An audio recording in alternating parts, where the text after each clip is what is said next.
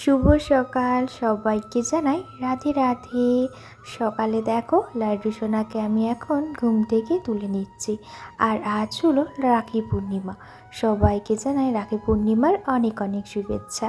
এদিকে দেখো লাড্ডু সোনা কিন্তু ঘুম থেকে উঠে পড়েছে। তারপর মুখটা মুছিয়ে দেখো লাড্ডু সোনাকে খাইয়ে দিচ্ছি জল। আর জল খাওয়ানোর পর কিছুক্ষণ বসিয়ে রাখি লাড্ডু সোনাকে। তারপর বললামই আজ যেহেতু রাখি পূর্ণিমা, তাই এখন নিয়ে চলে আসলাম লাড্ডু সোনাকে স্নান করাতে। কারণ লাড্ডু সোনার দিদি ভাই অপেক্ষা করে বসে আছে লাড্ডু সোনাকে রাখি পরাবে। আর তোমরা তো দেখেইছো আগের দিনকে লাড্ডু সোনার জন্য আমি ছোটো ছোটো দুটো রাখি বানিয়ে দিয়েছি। কারণ বড় রাখিগুলো বুঝতেই পারছো হবে না, তো ওই জন্যই আর কি। দেখো লাড্ডু সোনার স্নান কিন্তু হয়ে গেছে। তারপর দেখো সুন্দর একটা কিন্তু আমি ড্রেস পরিয়ে দিচ্ছি। আর এই ড্রেসটা না লাড্ডু সোনার খুব পছন্দ। কারণ যখনই আমি ড্রেস বের করি লাড্ডু সোনার কেন জানি না মনে হয় এই ড্রেসটাই পরতে পছন্দ করে।